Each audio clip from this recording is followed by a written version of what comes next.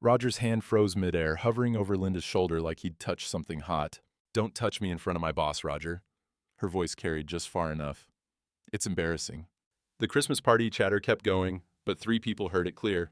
The bartender looked away real quick. Mrs. Chen, whose deck Roger had built 2 years back, met his eyes with something like pity before turning toward the punch bowl. Gerald Pemberton, Linda's boss, raised his whiskey glass and smirked. Roger stood there with his hand still raised, feeling the wool of his good shirt scratch against his neck. The punch smelled like cinnamon and disappointment. Tinny Christmas music played from corner speakers. Linda's expensive perfume, something new he didn't recognize, cut through the warm room like a blade. His hand dropped to his side. The shame burned hotter than the punch. And the worst part? This wasn't the first time she'd dismissed him like a stray dog. It was just the first time witnesses heard it aloud. That morning, Roger had finished the crown molding in the living room, ran his calloused hand along the joint where 2 pieces met, feeling for imperfections his eyes couldn't catch. Perfect. 40 years of carpentry, and that satisfaction never got old, when wood fit together like it was meant to. He'd put on his good shirt for the party. The blue one, Linda used to say, brought out his eyes. Back when she noticed things like that. She was already at the community hall when he arrived. Had driven separately, something about needing to help set up. Roger spotted her across the room, laughing with Gerald Pemberton. Her boss stood close, too close for just talking about work. She wore a black dress Roger had never seen before. Expensive looking. He grabbed 2 cups of punch and headed over. "Hey." Roger held out a cup. Linda took it without looking at him. "Thanks." And she turned back to Gerald mid-sentence, like Roger was a waiter who'd done his job. Roger stood there, cup in his own hand, trying to find a way into the conversation. Gerald was going on about some development project, Riverside something, using words like leverage and strategic positioning. Linda nodded along, engaged in a way Roger couldn't remember her being with him in months. "I was thinking we could," Roger started. Linda shifted her body, angling away from him. Not dramatic. Just enough that he was standing outside the circle now instead of in it. He tried 2 more times over the next hour. Each time, Linda found a reason to move. A coworker, to greet, the bathroom, more per punch. Gerald stayed by her side most of the night, proprietary hand on her elbow when they walked, leaning in close to whisper things that made her laugh. Roger ended up by the Christmas tree, looking at lights he'd probably wired in half the houses represented here. Built decks, fixed roofs, installed kitchen cabinets, knew most of these people. But standing alone in a crowded room, he felt invisible. The humiliation came at 8:30. He decided to try one more time, just act like a normal husband. Linda was talking to Gerald and his assistant by the bar. Roger walked up, smiled, reached out to touch Linda's shoulder. Just a greeting. The kind of touch married people do without thinking. She jerked away like he'd burned her. "Don't touch me in front of my boss, Roger. It's embarrassing." The words hung in the air. The bartender's hand paused mid-pour. Mrs. Chen stood 3 feet away, holding a cookie, her face going soft with sympathy. Gerald's assistant looked down at her shoes, uncomfortable. Gerald smirked into his whiskey glass. "Easy there, big guy. Lady needs her space." Roger's face went hot. His hand was still raised, fingers curled around nothing. He lowered it slowly, carefully, like he was diffusing something explosive. "I was just saying hello," he said quietly. "Well, don't." Linda turned back to Gerald without another glance. Roger walked to the coat rack, put on his jacket with hands that wanted to shake, but wouldn't let them.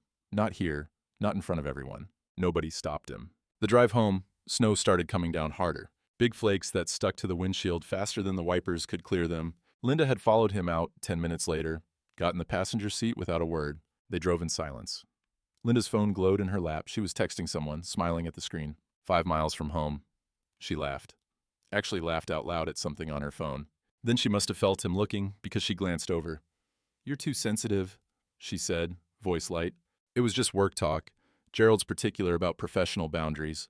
She reached over and touched Roger's arm. Her fingers were warm through his sleeve. First time she'd touched him voluntarily in, he couldn't remember how long.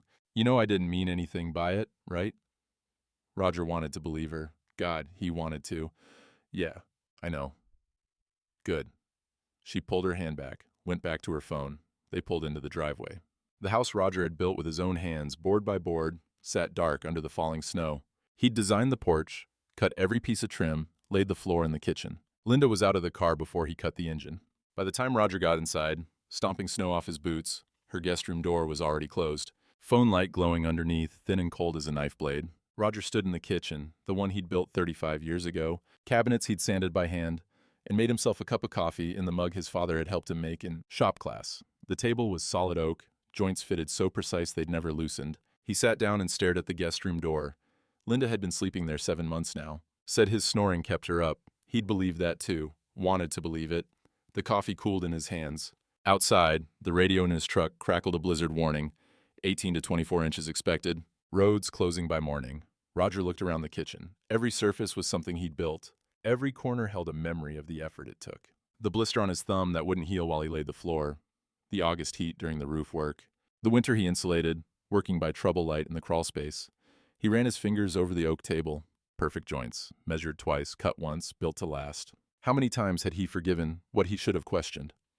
The guest room door stayed closed. Her phone buzzed, muffled. Linda's laugh came through the wall, warm and genuine, the sound she never made for him anymore. Snow kept falling outside. The blizzard was coming, and Roger Hensley sat alone at the table he'd built, realizing he was already in the middle of one. Roger woke up on the couch with his neck stiff and the house cold. He'd fallen asleep there around 3, gave up trying to get comfortable. The living room window showed nothing but white. Snow had drifted halfway up the glass. He made coffee.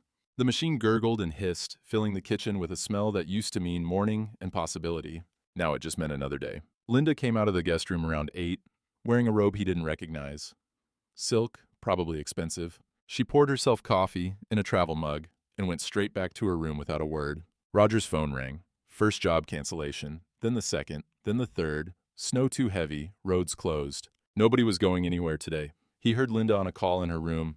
"Oh, that's too bad," she said, but her voice had relief in it. "Well, at least you'll be home. You can finally relax." She hung up. Roger heard her laugh, quiet to herself, like she'd gotten good news instead of bad. They moved through the house like ghosts. Roger made eggs at 10. Linda came down at 10:30, made her own. They sat at opposite ends of the kitchen table, the wood grain between them wide as a canyon. "Storm's supposed to last 2 days," Roger said. Linda looked at her phone. "Might lose power." That would be inconvenient." Still looking at her phone, she was smiling at something. Roger rinsed his plate. Behind him, Linda's phone buzzed. She stood up fast, nearly knocked her chair over. "I've got a Zoom call," she said, already heading for the stairs. "It's Saturday. Gerald needs to go over some projections." She said it like it was obvious. Like Gerald, calling on a Saturday during a blizzard was the most natural thing in the world. Roger heard her door close, lock click. 10 minutes later, her voice came through the floor, warm and animated, laughing at something Gerald said. She'd showered, put on makeup for a video call during a blizzard. He sat back down at the table and stared at the snow erasing the world outside. By afternoon, Roger's head was pounding, stress headaches settling behind his eyes like a vice. He needed aspirin. Checked the bathroom cabinet. Empty. Kitchen drawer. Nothing. Linda's briefcase sat on the counter. She always kept aspirin in there. Didn't like being without it. He could hear her upstairs, still on the call. Gerald's voice a low rumble. Linda's laugh, bright and false. Roger opened the briefcase. Aspirin bottle right on top. He grabbed it. That's when he saw the papers underneath. Loan documents. Pemberton Riverside Development Project. Amount $340,000. Secured against property at 1247 Oak Ridge Road. His address. The house he'd built. Roger pulled the papers out with shaking hands. His contractor's license number was listed as collateral guarantee. Date 3 months ago. His signature at the bottom, except it wasn't his signature. Close, but not quite right. The loop on the R too round, the tail on the Y too short. Linda had practiced it, though. Practiced it enough to fool someone who wasn't looking close. Roger set the aspirin bottle down. Kept reading, terms of the loan, development plans for a riverside property that didn't exist. He knew every development project in the county came with the job. This one was smoke. He found another document, bank warning letter, crumpled like someone had balled it up and then smoothed it out. Irregularities noted in loan authorization. Please contact our office to confirm signature. Dated 2 weeks ago. The papers rattled in his hands, not shaking now, trembling. His coffee from this morning sat cold on the counter. He could smell it, bitter and old. Upstairs, Linda's laugh rang out clear and bright. $340,000 against the house he had spent 40 years building. A signature that wasn't his on a project that didn't exist. And she'd done it without saying a word. The headache was gone, replaced by something colder. Roger heard her footsteps on the stairs. She was humming. Linda stopped in the kitchen doorway when she saw him standing there with the papers. "You went through my briefcase?" Not shocked, not guilty. Annoyed, like he'd violated her privacy. Roger held up the loan documents. "You forged my signature. Gerald said you'd never notice." She walked past him, poured more coffee. calm as Sunday morning. $340,000, Linda. You put our house up as collateral. It's a business opportunity. She leaned against the counter, sipping. The returns are significant. I built this house. Roger's voice stayed level, but his hands were crushing the papers. Every board, every nail. You sold it without asking me. Oh, Roger. She set her cup down with a sigh. You don't understand business. Gerald has an MBA. He knows what he's doing. What he's doing is fraud. This development doesn't exist. I know every project in this county. Because you barely finished high school. Linda's voice went sharp. You hammer nails for a living. Gerald creates wealth. There's a difference. The words hit harder than the forgery. Barely finished high school. Like 40 years of skilled work meant nothing. Like building half this town's houses was something to be embarrassed about. Roger stared at his wife. She stared back, no apology in her eyes, no shame, just irritation that he'd found out. Her phone rang. Gerald's name on the screen. We're not done talking, Roger said. Linda answered anyway. Hey. Yeah, I'm free now. She walked toward the guest room. No, it's fine. Just Roger being Roger. The door closed. Lock clicked. Roger stood alone in the kitchen with the forged papers in his hands. Outside, snow kept falling. Inside, through the locked door, Linda laughed with Gerald like nothing had happened, like she hadn't just stolen 40 years of Roger's life with a pen stroke. His hands weren't shaking anymore. They'd gone completely numb. And that scared him more than anything else. Day 3 of the blizzard, Roger hadn't slept. Sat at the kitchen table since 4 in the morning, watching the sky turn from black to gray. Snow had stopped falling, but the world outside looked buried, dead. Linda came downstairs at 7:30, cheerful as a bird. She hummed while she made breakfast. Eggs and toast, just for herself. Set her plate on the counter and ate standing up, scrolling through her phone. Smiling at something. Roger watched her move through the kitchen he'd built. She stepped around him like he was furniture. Didn't acknowledge the papers still sitting on the table between them. The forged signature. The stolen equity? Yesterday's confrontation might as well have never happened. Storm should clear by tonight, Linda said, pouring coffee into her travel mug. You'll be able to get back to work tomorrow. Like that was the problem. Like work was what he'd been worried about. We need to talk about, Roger started. I've got another call with Gerald. She was already heading for the stairs, coffee in hand. Important stuff, you understand. She disappeared into the guest room. Lock clicked.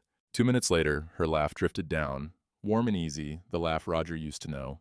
He sat at the table and didn't move. The thermostat war had been going on for months. Linda kept lowering it. Roger kept raising it back. Neither of them ever said a word about it. Today, she came down at noon and turned it to 62. Roger waited until she went back upstairs, turned it to 68. She came down an hour later, 62 again. He raised it. She lowered it. A whole marriage, reduced to a battle over temperature. Roger walked through the house in the afternoon while Linda was locked in her room. Ran his hands along the crown molding in the living room, the piece he'd finished the morning of the party. Perfect joints. He remembered the precision it took, the patience. In the dining room, he touched the built-in cabinets. Remembered the summer he'd installed them, how Linda had brought him lemonade and told him he had magic hands. The archway between the kitchen and hall, he'd designed that himself. Had to special order the wood. Linda had loved it, said it made the house feel like a home. Now she walked under it without looking up. Roger stood in the middle of his house and tried to remember when things had changed. When had she stopped bringing him lemonade? When had she started sleeping in the guest room? When had his touch become something embarrassing? He couldn't pinpoint it. That was the worst part. It hadn't been one moment. It had been 1,000 small deaths, so quiet he'd missed them until they'd buried him. The memories came like uninvited guests that night. Their wedding, small church, maybe 40 people. Linda, in a simple white dress, laughing when he fumbled the ring. I'll build you a house, he'd promised. Best one you've ever seen? Her eyes had been bright with belief. First year in this house. They danced in the empty living room, no furniture yet, just plywood subfloor and promise. Linda had trusted his vision, trusted him. 10 years ago, planting the cherry tree out front for their anniversary, Linda had helped dig dirt under her fingernails, calling him my builder with real affection. 5 years ago, Roger, honey, I need to sleep in the guest room. Your snoring is so bad. And he'd believed her, wanted to. 3 years ago, Linda's promotion to Gerald's executive assistant. New clothes, new perfume, new coldness starting, so gradual he'd told himself it was just work stress. Last Thanksgiving, Linda at the table with her phone instead of the food. Roger had tried to include her in conversation with the neighbors. She'd rolled her eyes when she thought he wasn't looking. But he had been. He'd seen it and pretended he hadn't. All those moments, all those times he'd forgiven, made excuses, told himself it was temporary, that marriage had seasons. That winter passed if you were patient enough. But what if it wasn't winter? What if it was just Over? Had been over for years, and he'd been too scared to see it? Roger sat on the couch at 2 in the morning, guest room door closed, and silent above him. He was 67 years old. If he left, where would he go? He had no family. Parents dead, no siblings. Their friends were really Linda's friends from work. This house was his life's work. Everything he'd built. How could he leave it? But staying was dying, slowly, invisibly. One dismissed gesture at a time. 4 in the morning, Roger gave up on sleep, got dressed in the dark, took his keys, walked out to the truck. The engine fought the cold, then caught. He let it warm up, watching exhaust puff white into the darkness. The streets were empty, buried, nobody going anywhere. He sat there with the heater running, no destination in his head, just away, somewhere. Anywhere but the house he'd built that had become a tomb. The fuel gauge showed half a tank. Engine rumbled steady, reliable. Things Roger maintained always worked. But where do you go when you've got nowhere to go? Morning Cup Diner had lights on, Margie opening early, like always. He could see movement inside, warm and alive, while the rest of the town slept under snow. Roger thought about going in. But what would he say? How do you explain that your wife forged your signature and sold your house? That she dismissed you in public like garbage? That you've been sleeping on the couch in the home you built because the woman you've loved for 38 years can't stand to be in the same room? He kept the engine running, sat there as the sky started to lighten, gray on gray. The birds hadn't started yet. World was silent except for his truck's idle and the heater's fan. 5 o'clock, still sitting. Fuel gauge dropping toward a quarter tank. Someone knocked on the window. Roger jerked, startled. Margie Walsh stood in her diner apron, breath fogging in the cold. No judgment in her face, just concern. She knocked again, gestured for him to roll down the window. Roger's hand moved to the button, hesitated. Once he rolled it down, once he talked to someone, it became real. All of it became something he couldn't take back. Margie waited, patient. Her eyes said she'd stand there all morning if she had to. Roger rolled down the window. Engine's been running 20 minutes, Margie said quietly. You planning something quiet, Roger? The question hung in the cold air between them. Honest and direct, no sugar on it. Roger opened his mouth, closed it. Couldn't find words that fit. Come inside, Margie said. I made soup last night, still hot. It wasn't a request. The morning cup was empty except for them. Pre-opening quiet, just the hiss of the coffee maker and the radiator clanking to life. Smelled like fryer oil and honest work. Margie poured coffee into a ceramic mug, the one Roger recognized from his father's workshop, one he'd made in high school. She'd kept it all these years. She set a thermos of soup in front of him. Didn't say anything, just waited. Roger wrapped his hands around the mug. The heat hurt, but it was real. First real thing he'd felt in days. I saw your truck at 4, Margie said finally. Been watching it since. Couldn't sleep. Engine runs that long. A person's either going somewhere or thinking about not going anywhere at all. She sat down across from him. Which one were you doing? Roger stared into his coffee. I don't know. That's an answer too. The words came then, like a dam breaking. He told her everything. The Christmas party, Linda's recoil. Don't touch me in front of my boss. The 3 people who'd heard it. Gerald's smirk. He told her about the forged documents. $340,000. The house he'd built board by board, sold without his knowledge. Linda's justification. You barely finished high school. He told her about the confrontation that changed nothing. The ghostly coexistence. Linda, laughing with Gerald behind locked doors, while Roger sat alone in the house he'd made with his own hands. Margie listened without interrupting. Her face stayed steady, but something in her eyes went hard when he got to the high school comment. When he finished, she was quiet for a long moment. Then, you built half this town, Roger. People remember. It doesn't matter what people remember. I can't prove. You keep records? Every receipt, every permit, 40 years of them. Then you can prove plenty. She stood up, refilled his coffee. My nephew Danny's a paralegal, does financial fraud cases in Des Moines. I'll call him. Roger shook his head. I can't afford. You built my house for cost when Tom died. And Margie's voice was firm. Wouldn't take a penny more, even though I had insurance money. Said widows had enough to worry about. She pushed the soup closer. This isn't charity, Roger. This is paying back. She pulled out a napkin, wrote a phone number. Danny, tell him everything. Roger stared at the number. A lifeline maybe, or just another way to sink. You need somewhere to stay, Margie said. Apartment upstairs is empty. Has been since the Hendersons moved out. I can't leave the house. It's my life's. It's wood and nails. Margie's voice gentled. You built it, you can build another. But you can't build anything if you're not breathing right first. She set a key on the table next to the napkin, small and brass, worn smooth. No rush. Tonight, tomorrow, next week. Whenever you're ready. Roger picked up the key. It was warm from her pocket. Solid, real. For the first time in 3 days, something in his chest loosened just enough to let him breathe. Later that morning, Roger drove to the church. Not sure why. Just needed to be somewhere that wasn't the house. The parking lot was plowed. Pastor Jim lived in the rectory, kept things maintained. Roger sat in his truck for a few minutes, engine ticking as it cooled. The church door was unlocked. Always was during the day. Roger stepped inside, and the quiet wrapped around him like a blanket. Smelled like old wood and candle wax. He sat in the back pew. Hadn't been to service in months. Linda had stopped going 2 years ago, said she was too busy. Roger had kept coming for a while, then stopped too. Easier than going alone. The donation room door stood ajar. Wednesday morning, Linda volunteered sorting donations. Had for years. One of the things she did to look good in the community. Roger shouldn't have looked. Should have just sat in the pew and been still. But he saw the box. Cardboard, sitting on the sorting table. Linda's handwriting on the side. Old junk from dead people. Discard. Roger walked over, looked inside. His mother's ornament sat on top. Hand-carved wood, a little house with a peaked roof. His mother had made it the year before she died. Burned words into the base with a wood tool. Home is where you're respected. And she'd given it to Roger and Linda for their 10th anniversary. It had hung on their tree every Christmas since. Until it hadn't. Roger picked it up. Fit perfectly in his palm, smooth from his mother's hands. She'd spent weeks on it. Her arthritis had been bad that year, but she'd wanted to make something that would last. Linda had thrown it away, called it junk from dead people. Roger? Pastor Jim stood in the doorway. Quiet voice man, maybe 50. He'd done Roger's mother's funeral. Roger held up the ornament. Couldn't speak. Pastor Jim looked at the box, read Linda's label. His face went still. She dropped that off 2 weeks ago. I hadn't gotten to it yet. My mother made this. Roger's voice came out rough. I remember. She showed it to me once. Said home wasn't walls, it was respect. Pastor Jim's eyes were kind. I'll testify to that if you need me to. Roger closed his fingers around the ornament. The first thing he was taking back. The first thing he was claiming.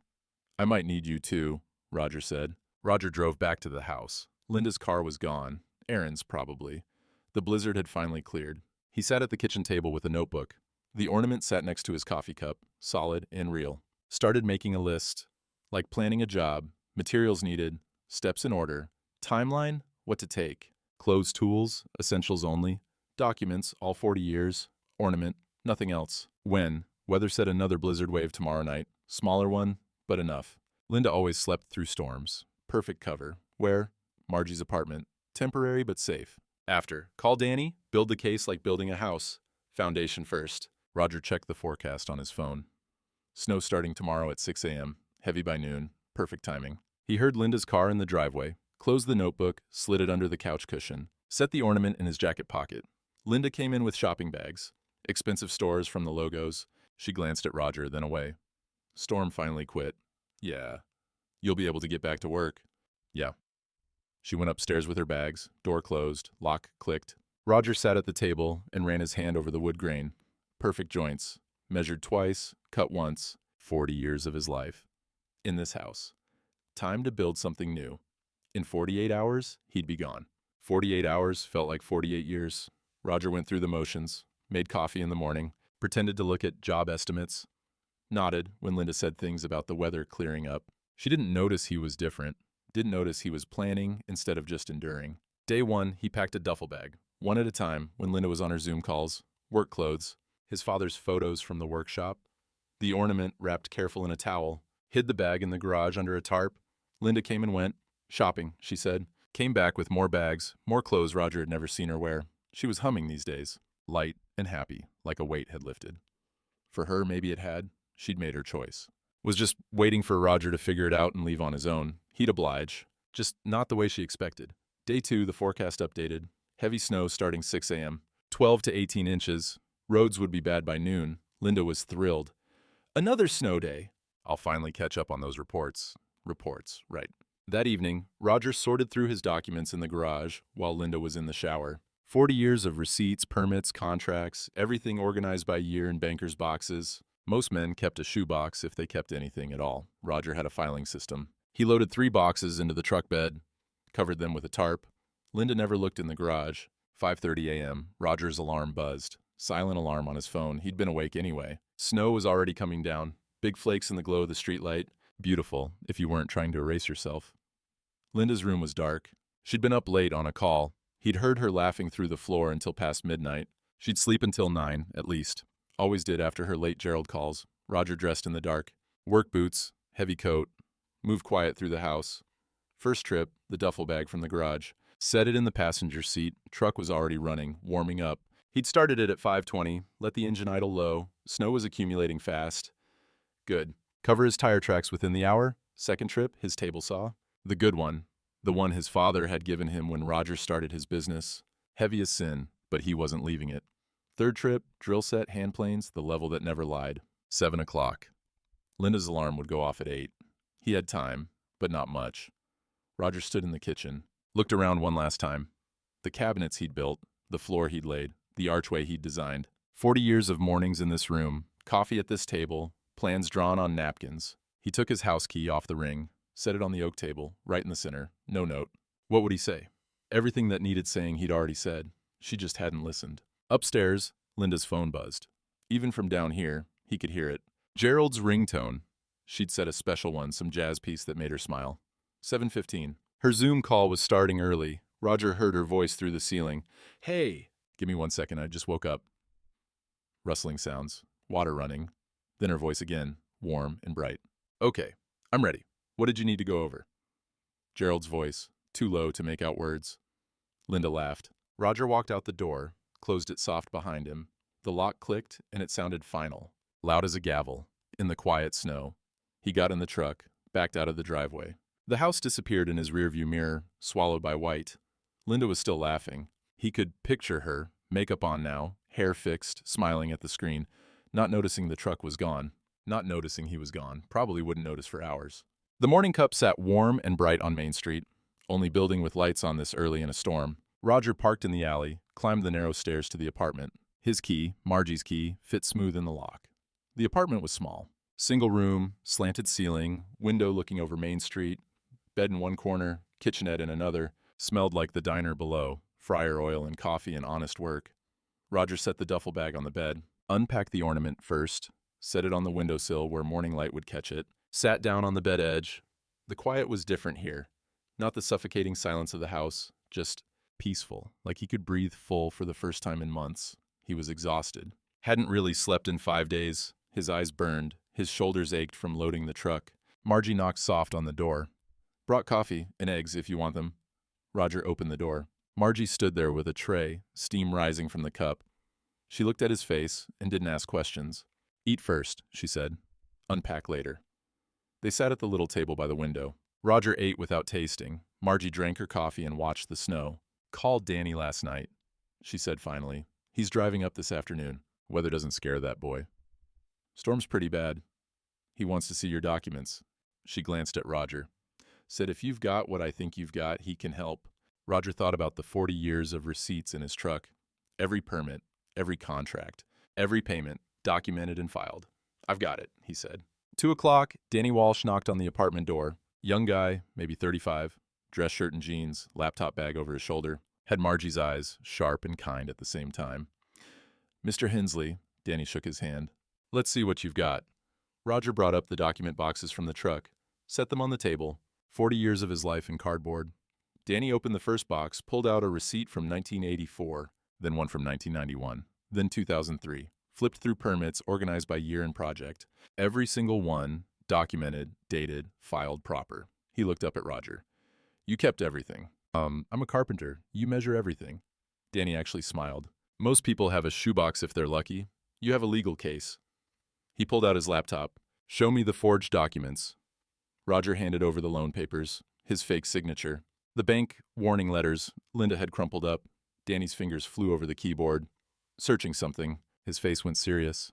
Pemberton Riverside Development? That's what the loan was for? That's what it says. Mr. Hensley, there is no Pemberton Riverside Development. Danny turned the laptop around. No permits filed. No land purchased. No project. Roger stared at the screen. Then where's the money? That, Danny said, is a very good question. And one we're going to answer. He pulled out a notepad. This isn't just about your house anymore. This is fraud. Major fraud. Gerald Pemberton's been running a scheme. And your wife got caught in it. She forged my signature. Well, she did, but I'm betting she did it because Gerald told her to. Probably said it was routine, or that you'd agreed, or that it didn't matter. Danny's eyes were sharp now, focused. She's guilty, yeah, but she's also a victim. He's been manipulating her. Roger thought about Linda's laugh through the locked door, her expensive clothes, the way she looked at Gerald. Doesn't feel like she's a victim, Roger said quietly. Understanding isn't the same as forgiving. Danny closed his laptop. But it gives us leverage. She testifies against Gerald. She might avoid prosecution. He looked at Roger direct. You want justice, or you want revenge? Roger thought about that. Revenge would feel good for a minute. Justice would last. Justice, he said. Good answer. Danny stood up. I'll start building the case. We'll need witnesses, people who saw the pattern of behavior, the party humiliation, the separate tables at the diner. Aunt Margie mentioned that. Anyone else? Roger thought. Pastor Jim. He saw her throw away my mother's ornament. Perfect. Anyone from the party? Mrs. Chen, the bartender, Gerald's assistant maybe. Danny wrote it all down. We're going to make this right, Mr. Hensley. Your records just gave us everything we need. After Danny left, Roger lay down on the bed. Sun was already setting. Winter days were short. The ornament caught the last light from the window. For the first time in 5 days, Roger slept, dreamless and deep. Roger woke to the smell of coffee and bacon drifting up through the floorboards. Disoriented for a second, this wasn't his couch, wasn't his house. Then he remembered. He'd left. The ornament caught morning light on the windowsill, real and solid. He got dressed and went downstairs. The diner was just opening, 5:30, same as always. Margie looked up from the grill. Coffee's fresh. Sit anywhere. Roger took the corner booth. Felt strange being on this side of things. He'd eaten here for 30 years, but always rushed. Grabbing something between jobs, never just sitting. Margie brought him eggs and toast, set them down without asking, knew what he liked. Danny called this morning, she said, wants to meet again, said he found something. Danny arrived at 7 with his laptop and 3 folders, spread them across the diner table. Early crowd was starting to filter in, regulars who nodded at Roger like always, like nothing had changed. Maybe for them, nothing had. Okay, Danny said. Gerald Pemberton's been busy. He opened the first folder. Found 4 other contractors whose licenses he used as loan guarantees. All fake development projects, all following the same pattern. Roger stared at the names. 2 he knew personally. Good men, honest workers. They don't know yet, Danny continued. Banks haven't caught up, but they will. He pulled out bank statements. Gerald's been funneling money into personal accounts, cars, trips, real estate. He paused. Including a condo in Florida. Listed as corporate property, but the lease has Linda's name on it. That landed hard. Roger set down his coffee cup careful like it might shatter. Did she know? About the condo? Hard to say. About the fraud? Danny shrugged. Maybe yes, maybe no. But she knew enough to forge your signature. That makes her complicit. Margie refilled Roger's coffee. Her hand was steady, but her jaw was tight. Danny opened the second folder. Good news is, the bank manager flagged your loan immediately. Woman named Helen Kowalski. She kept copies of everything. Corporate overrode her concerns, but she documented it all. He smiled. She's willing to testify. Why would she do that? Said something felt wrong from the start. Gerald went around her, straight to regional office. She doesn't like being bypassed. Danny looked at his notes. Plus, she's been with the bank 28 years. Her reputation matters. Roger thought about that. People protecting their work, their integrity. He understood that. Margie's willing to testify too, Danny said. About the pattern of behavior. The separate tables. The public dismissal. All of it. Margie nodded. Been watching it for months. Someone needs to say it out loud. Mrs. Chen already agreed, Danny continued. Pastor Jim too. He's documenting the ornament incident. He closed the folders. Roger, we've got a case. Strong one. Criminal fraud investigation, civil asset protection, the whole thing. When? Courthouse hearing January 15th. Judge will review evidence, decide on protective orders and criminal referral. Danny met his eyes. This is going to be public. Small town. Everyone will know. Roger thought about that. Linda's humiliation at being exposed, Gerald's reputation destroyed, the whole town watching. Part of him felt bad about it. Small part. The rest of him remembered standing at that Christmas party with his hand frozen in the air. Let them know, Roger said. Week went by. Roger fell into a rhythm. 5 a.m. coffee at Margie's. Morning regulars started including him in their conversations. Weather, high school basketball, who was fixing whose roof, like he'd always been there. One morning, a young guy approached his booth, late 20s, work clothes, nervous. Mr. Hensley, I'm Tyler, work for Sanderson Construction. Roger recognized the name. Small outfit, decent work. I've got a crown molding job. First time doing corners solo. Tyler shifted his weight. Sanderson said ask you. Said if anyone knows how to make joints fit perfect, it's you. Something in Roger's chest loosened. Someone wanted his knowledge, his skill. Bring your miter saw tomorrow morning, Roger said. I'll show you. Tyler's face lit up. Really? Thank you, Mr. Hensley. Just Roger. Next morning, Tyler showed up with his saw and a mess of cut pieces that didn't fit right. Roger took him to the diner parking lot, empty this early, and set up a demonstration. Feel the angle, Roger said, guiding Tyler's hands. Your fingers know when it's right before your eyes do. Tyler tried again. The piece fit better. Not perfect, but closer. That's it. Now again. They worked for an hour. Tyler's cuts got cleaner each time. When he finally made a joint that fit tight and true, his whole face changed. That's beautiful, Tyler breathed. You make it look so easy. 40 years of practice. Roger cleaned sawdust off the saw. But you've got good hands. You'll get there. Tyler packed up his tools like they were precious. Thank you, really. Sanderson's had me on grunt work for 2 years. This is the first time someone treated me like I could actually build something. After Tyler left, Margie brought Roger fresh coffee. That was good, she said. Teaching him. Roger hadn't realized how good it would feel to pass something forward, to matter in a way that lasted beyond a single job. His phone rang. Danny. Courthouse dates confirmed. January 15th, 9 a.m., Judge Margaret Kowalski presiding. Danny paused. Gerald hired Marcus Brennan, big shot lawyer from Des Moines, known for intimidating small-town witnesses. Should I be worried? No. Danny's voice was confident. We've got truth and 40 years of documentation. He's got arrogance and an embezzlement scheme. I like our odds. Roger hung up, looked out at the street. January 15th was 3 weeks away. 3 weeks until he faced Linda and Gerald in court. 3 weeks until the whole town knew what they'd done. He touched the ornament in his pocket, carried it everywhere now. Reminder of what was worth fighting for. Not the house, not the money, the right to be respected in the life he built. Week before the hearing, Danny came back with a witness list and a game plan. They sat in the diner apartment going over testimony. Margie first, she'd established the pattern. 6 months of watching Linda dismiss Roger, roll her eyes, treat him like he was invisible. Small cruelties that added up. Keep it factual, Danny coached. Dates if you remember them. Specific incidents. No speculation about why she did it. Margie nodded. I can do that. Mrs. Chin would testify about the Christmas party. The exact words Linda used. Gerald's smirk. The 3 witnesses who heard it clear. Helen from the bank would present the documents. The flagged loan. Her warnings that got overridden. The paper trail of Gerald's other fraudulent loans. Pastor Jim would testify about the ornament. Linda's handwriting on the box. Old junk from dead people. And Roger would go last. Just the facts. Did you authorize this loan? No. Is that your signature? No. Did you know about this development project? No. Let the documents speak, Danny said. You just verify them. Roger practiced his answers. Short, direct, no embellishment. They'll try to make you look stupid, Danny warned. Brennan's known for that. He'll bring up the high school thing, try to paint you as too simple to understand business. I know what I know, Roger said. Exactly. Stick with that. Danny closed his folder. One more thing. Gerald and Linda will show up confident. Expensive clothes, expensive lawyer. They think small towns are easy to fool. Are they? Danny smiled. We're about to find out. January 15th arrived cold and clear. Snow melting off the roofs, icicles dripping in the morning sun. Roger put on his good shirt, the same blue one from the Christmas party. Seemed right somehow. Full circle. Margie drove them to the courthouse.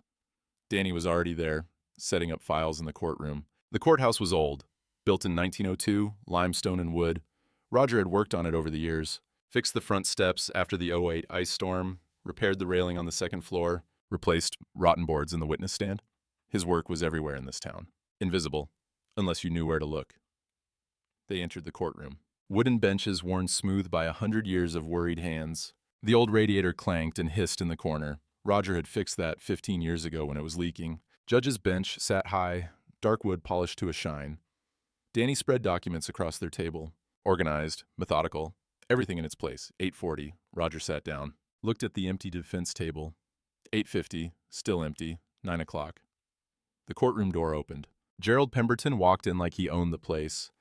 Expensive black overcoat, tailored suit underneath, hair perfect, smile confident. Linda followed in a matching black coat, newer than Gerald's. Probably bought for this. Her face was made up careful, but Roger could see tension around her eyes. Marcus Brennan came last. Big city lawyer, 50s, gray suit that probably cost more than Roger's truck. He barely glanced at Danny, didn't acknowledge Roger at all. They sat down. Gerald whispered something to Linda. She nodded, didn't look toward Roger's table. Gerald did, though. Looked right at Roger with that same smirk from the Christmas party. Like this was all a formality, an inconvenience that would blow over. 9:15. The bailiff stood. All rise. The Honorable Judge Margaret Kowalski presiding. Everyone stood. The judge entered. Woman, mid-60s, steel gray hair pulled back. Sharp eyes behind reading glasses. She carried herself like someone who'd heard every excuse and believed none of them. Roger didn't recognize her. She sat, reviewed the case file, looked up at the room. Her eyes passed over Brennan and Gerald without interest. Paused on Linda for a moment, then landed on Roger. Something flickered in her expression. Not quite a smile, more like recognition. Hensley, she said. It's been a while. Roger's mind raced. He didn't know this woman. Couldn't place her. The judge turned to the lawyers. Gentlemen, let's proceed. I have limited patience for financial fraud, and my calendar's full. Brennan stood. Your Honor, if I may, you may present your opening statement, Mr. Brennan. Briefly. And Brennan launched into it. Lots of fancy words. Called it an unfortunate marital misunderstanding between two people with different financial sophistications. Said his clients made a business decision in good faith. That Mr. Hensley was informed but perhaps didn't understand the complexities. Small towns, Brennan said with a condescending smile, often misunderstand sophisticated financial arrangements. Judge Kowalski's eyebrow went up. Just a fraction. Is that so? Yes, Your Honor. My clients are successful business people who... Mr. Brennan. The judge's voice was cool. I grew up in a town smaller than this one. I understand sophisticated arrangements just fine. Please stick to facts. Brennan's smile faltered. Of course, Your Honor. Danny stood for his opening. No flowery language. Just plain truth. Forged signature, fraudulent loan, stolen equity. He held up the side-by-side signatures, Roger's real one and Linda's forgery. Mr. Hensley keeps records. 40 years of them. Will prove this wasn't a misunderstanding. It was systematic fraud. He sat down. The documents on his table said more than any speech could. Brennan smirked at the stacks of paper. Your Honor, lots of paper doesn't prove... Mr. Brennan, Judge Kowalski cut him off. Save your arguments for testimony. She looked at Danny. Mr. Walsh, call your first witness. Danny stood. The plaintiff calls Margie Walsh. Margie walked to the witness stand. Steady, calm. She got sworn in, sat down. Gerald leaned toward Linda, whispered, Who's that? Linda shook her head. She didn't know, but Roger knew, and Danny knew, and in about 5 minutes, the whole courtroom would know. Margie was about to say out loud what everyone had seen, but nobody had named, and there was no taking it back. Danny approached the witness stand. Ms. Walsh, how long have you known Roger Hensley? 32 years, since my husband Tom died in a grain elevator accident. And what did Mr. Hensley do after your husband passed? Built my house for cost. Wouldn't take a penny more, even though I had insurance money. Said widows had enough to worry about. Miss Roger saw the judge write something down. In recent months, what did you observe about the Hensley's marriage? Margie didn't hesitate. 6 months ago, Linda stopped sitting with Roger at breakfast. She'd take a table on the other side of the diner. When he'd tell stories to other customers, she'd roll her eyes. Once I saw her throw his coffee cup away while he was still drinking from it, bought it back, poured him a fresh one. Did you notice anything else? She wore expensive clothes. New purse, new coat, new everything. But when Roger tried to pay for breakfast, she'd say money was tight. Margie's voice stayed level, matter of fact. Her phone calls changed too. She'd talk warm and sweet to someone. Then Roger would walk in and her whole voice would go cold. Danny nodded. Did you witness the Christmas party incident? No, but Mrs. Chen told me about it the next morning. Linda told Roger not to touch her in front of her boss. Said it was embarrassing. Mrs. Chen heard it clear. In your opinion, was the Christmas party the first time Linda dismissed Roger publicly? No. Margie looked at Linda. It was just the first time she said it loud enough for everyone to hear. Linda's face went pale. She stared at the table. Brennan stood for cross-examination, tried his condescending smile. Ms. Walsh, you run a diner.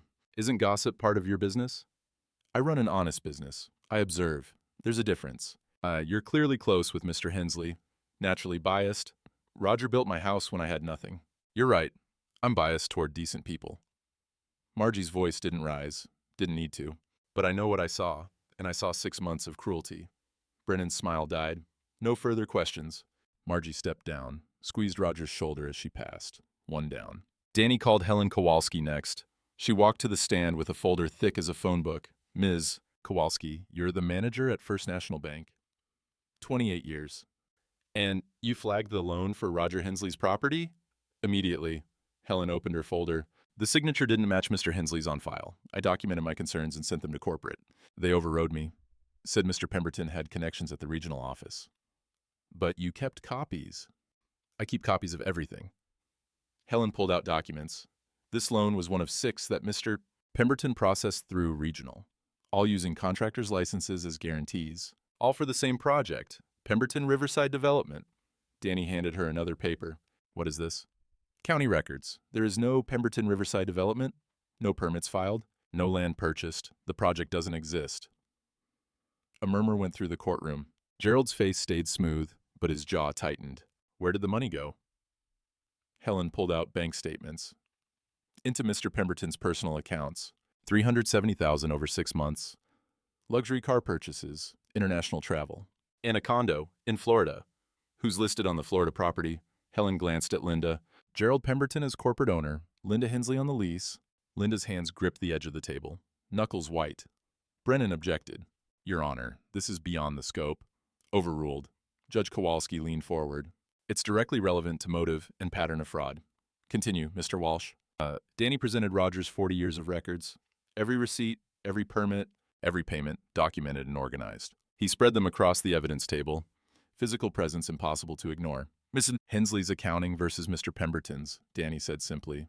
One man documented every nail. The other stole hundreds of thousands with fake projects. The contrast was devastating. Roger's meticulous honesty next to Gerald's sophisticated theft. Helen was excused. Gerald whispered urgently to Brennan. Whatever confidence he'd walked in with was cracking. The plaintiff calls Roger Hensley. Roger stood, walked to the witness stand, got sworn in. His hands were steady. Danny's questions were simple, direct. Mr. Hensley, did you authorize the loan against your property? No. Is that your signature on the loan documents? No, ma'am. It's close, but it's not mine. Did you know about Pemberton Riverside Development? No, I know every development in this county. That project doesn't exist. Danny sat down. Your witness, Mr. Brennan? Brennan stood. Time for the class attack Danny had warned about. Mr. Hensley, you didn't finish high school, correct? 10th grade. Started my apprenticeship at 16. So complex financial matters might be difficult for you to understand. I understand when someone's stealing from me, but surely Mr. Pemberton, with his MBA and business experience, I built half this town. Roger's voice stayed calm, level. I know the difference between building something real and building something fake. Brennan tried again. Isn't it possible you simply didn't understand? Judge Kowalski interrupted. Mr. Brennan, where exactly are you going with this? Establishing financial sophistication, Your Honor. Mr. Hensley's financial sophistication is demonstrated by 40 years of perfect records. The judge looked at Roger. Her expression changed, softened just slightly. Miss Hensley, you built my daughter's wheelchair ramp 15 years ago. The courtroom went silent. Roger's mind finally clicked. The Kowalski girl, Sarah, cerebral palsy. He'd built that ramp in a weekend, wouldn't take payment.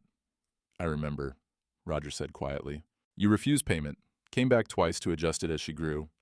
Judge Kowalski's voice was steady, but something moved behind her eyes. I never forgot that kindness. She turned to Brendan. Mr. Hensley's character is not in question here. Mr. Pemberton's is. Gerald's face drained white. Brennan looked like he'd swallowed glass.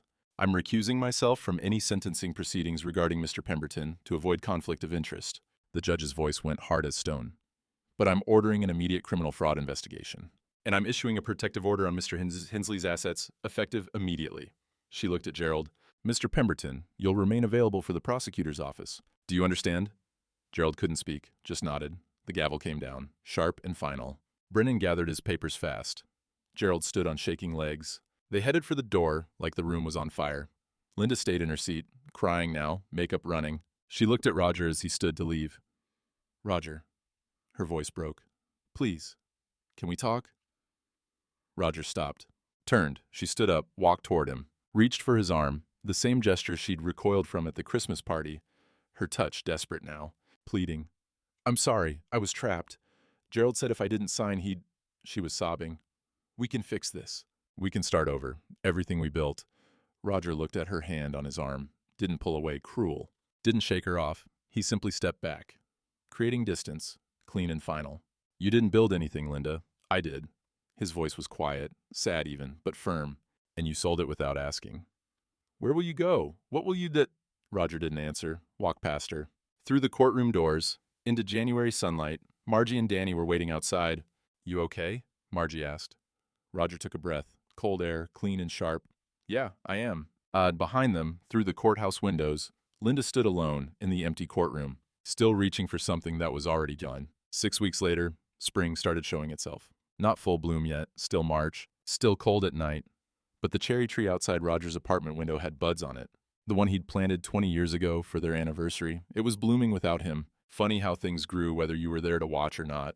Roger's mornings had a rhythm now. 5 a.m., down to the diner, coffee in his father's mug, eggs and toast. The morning regulars included him in their talk like he'd always been there. Weather, high school basketball making a playoff run, Tom Henderson's new grandbaby. Nobody asked about Linda. Small-town courtesy. They all knew courthouse proceedings were public and news traveled fast. But they let Roger carry it quiet. Tyler showed up most mornings now. Brought his tools, asked questions, listened to answers. Learning not just technique, but the why behind it. Why you measure twice, why grain direction matters, why patience builds better than speed. This morning, Tyler had finally mastered the crown molding corner. Brought in a sample piece. Joint so tight you couldn't slip paper through it. Look at that, Tyler said, proud as a new father. Roger examined it, ran his finger along the seam. Perfect. That's good work.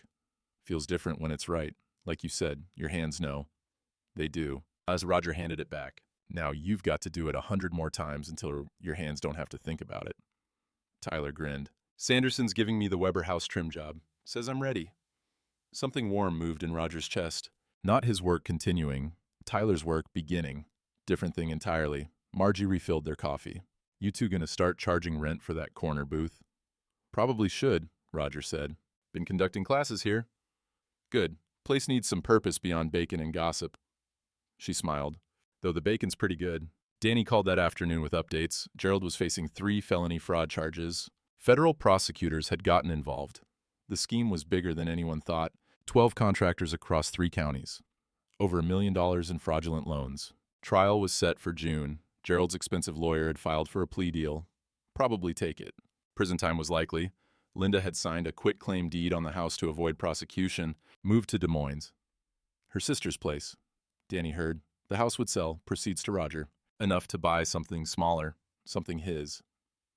She called my office twice, Danny said, asking if you'd talk to her. What did you tell her? That you'd reach out if you wanted to? You want to? Roger thought about it, about 38 years. About the woman who'd laughed in an empty living room while they danced on plywood. About the woman who'd thrown his mother's ornament in a donation box. 2 different people. Or maybe the same person at different times. Either way, not his problem anymore. No, Roger said. I don't think I do. Fair enough, Danny paused. One more thing. Judge Kowalski asked me to pass along a message. Sarah, her daughter, is getting married in May. She wanted you to know the ramp you built is still perfect. Never needed a single repair. Roger's throat got tight. That's good. Tell her congratulations. Wait. After Danny hung up, Roger sat in his apartment looking out at Main Street. The afternoon crowd at the diner. People coming and going. Life moving forward like it always did. His phone stayed silent. Linda didn't call. Probably better that way.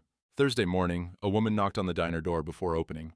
Older, maybe 70. Roger recognized her from church. Mr. Hensley, I'm Dorothy Henderson. We met at the Christmas bazaar a few years back. Mrs. Henderson? I remember. My porch is sagging something awful. Steps got a crack in it. I'm worried about falling. She twisted her hands. I know you're retired, but everyone says if anyone can fix it proper, it's you. Roger looked at Tyler across the booth. You free this afternoon? Tyler's eyes went wide. You want me to come? Best way to learn is doing. Mrs. Henderson's house was 2 blocks off Main. Small place, probably built in the 50s. The porch was indeed sagging. Support posts rotted through, foundation settled wrong. Roger walked around it twice. Looked underneath, checked the joists. Tyler watched, learning to see what Roger saw. Posts are done, Roger said. Foundation needs shimming. 2 joists cracked clean through. Can you fix it? Mrs. Henderson asked from the doorway. Roger looked at Tyler. Can we fix it? Tyler swallowed. Yeah, we can. And they spent the afternoon on it. Roger directing, Tyler doing most of the work. replacing posts, leveling the foundation, sistering new joists to the cracked ones. Roger's hands knew what to do without thinking. 40 years of muscle memory. But letting Tyler do the work, that took different muscles. Patience, trust, knowing when to guide and when to let someone figure it out themselves. By 4 o'clock, the porch was solid. Tyler tested it, walked the length, no creaking, jumped a little. Nothing moved. "How do you know it's fixed?" Tyler asked. "When it holds weight without complaining." Roger ran his hand along the rail. His fingers caught a spot, rough edge where Tyler had cut. "Sand that smooth. You want someone running their hand along this in 20 years and not catching a splinter?" Tyler nodded. Got the sandpaper from the truck, fixed it right. Mrs. Henderson brought them lemonade. "What do I owe you?" Roger looked at Tyler. "What's fair for the work?" Tyler calculated materials and labor, named a price that was honest but not gouging. "That's fair," Roger said. Mrs. Henderson paid in cash, shook both their hands. "Thank you, both of you." Walking back to the truck, Tyler was quiet. Then, "That felt good, building something that'll last." "That's the point," Roger said. "Not just making money, making something worth making." The sun was warm on their shoulders. Birds were loud after the long winter silence. Cherry blossoms, not from his tree, but someone's, drifted past on the breeze. Tyler loaded the tools. Roger stood by the truck, looking at Mrs. Henderson's porch. Solid now, safe. Would hold for another 20 years if she maintained it. He ran his hand along the truck bed rail. Felt for imperfections, out of habit. Found one, small rough spot. Nothing serious, just needed attention. "It needs work," Roger said quietly. "I can fix it." Tyler looked over. "The truck?" Roger smiled. "Everything, all of it, I always could." They climbed in, drove back toward Main Street. The diner lights were coming on as evening settled in. Margie would have coffee ready. The regulars would be starting to gather for supper. Home wasn't the house he'd built on Oak Ridge Road. Home was this. Being seen, being valued, being trusted with someone's learning, being respected for what he actually built, not what someone tried to take. And that was enough. More than enough. It was everything. How long does it take to rebuild after everything falls apart? Roger didn't have an answer for that. Not a neat one, anyway. 6 weeks since he'd left. 6 weeks since the courthouse. Spring was coming, but it wasn't here yet. Things took the time they took. Some mornings he woke up and forgot where he was, reached for the familiar weight of 40 years, found only the small apartment and an honest coffee smell drifting up through the floorboards. Those mornings were hard. Other mornings he woke up and breathed easy for the first time in months. Those mornings were harder to explain. He'd learned some things, though. Hard-won things, the kind you don't learn from books or advice. Home isn't walls and crown molding, isn't the boards you cut or the nails you drove. Home is being seen for what you actually are, being valued for what you actually built. It's respect given because respect was offered first. Linda had taught him what he wouldn't accept anymore. That was worth something, even if it hurt. Margie and Danny and Tyler. They taught him what he deserved. That was worth more. Some marriages die in silence. Not because nobody's talking, but because nobody's listening. Roger had spent years speaking a language Linda had stopped understanding. Or maybe she'd never understood it. Either way, you can't build a life with someone who's tearing down your foundation while you're still standing on it. Justice isn't always loud. Sometimes it's just documentation and truth, presented plainly to someone who's willing to see it. Judge Kowalski had seen it. The whole courtroom had seen it. That was enough. Revenge would have felt good for a minute. Justice felt good every morning after. Roger thought about legacy sometimes. Used to think it was the houses he'd built, the porches and decks and wheelchair ramps, all the wood and nails that would outlast him. But watching Tyler learn, really learn, not just mechanics but the why behind it, Roger understood different now. Legacy wasn't what you left behind. It was what you passed forward. Skills and patience and the knowledge that work done right mattered more than work done fast. The ornament sat on his windowsill. Home is where you're respected, as his mother had known what she was burning into that wood. It just took Roger 40 years and a forged signature to understand it. Friday evening, Roger stood on Mrs. Henderson's porch one more time. Wanted to check his work in different light, make sure it settled proper. The porch was solid, silent under his weight. Tyler had sanded that rough edge smooth. You could run your hand along it all day and never catch. Cherry blossoms drifted past from someone's tree down the block. The air smelled like thaw and possibility. Spring coming whether you were ready or not. Roger ran his calloused hand along the porch rail one more time. Felt for imperfections his eyes might miss. Found none. Just smooth wood and tight joints. Work that would last. He looked out at the street. The diner was lit up warm against the settling dark. Coffee waiting. Tomorrow morning, Tyler would show up with questions. The day after, another porch or deck or repair job that needed doing right. The work was honest. The hands were steady. The coffee tasted right again. Roger Hensley had built a lot of things in 67 years, houses and porches and a marriage that didn't last. But he was still building, still teaching, still here. Some things you can fix, some things you can't. The trick is knowing which is which and having the courage to walk away from what's rotted through. Then you pick up your tools and build something new, something true, something that respects the hands that made it. The sun set red and gold over Main Street. Roger walked back toward the diner, toward coffee and light, and people who saw him clear. Home. Finally home.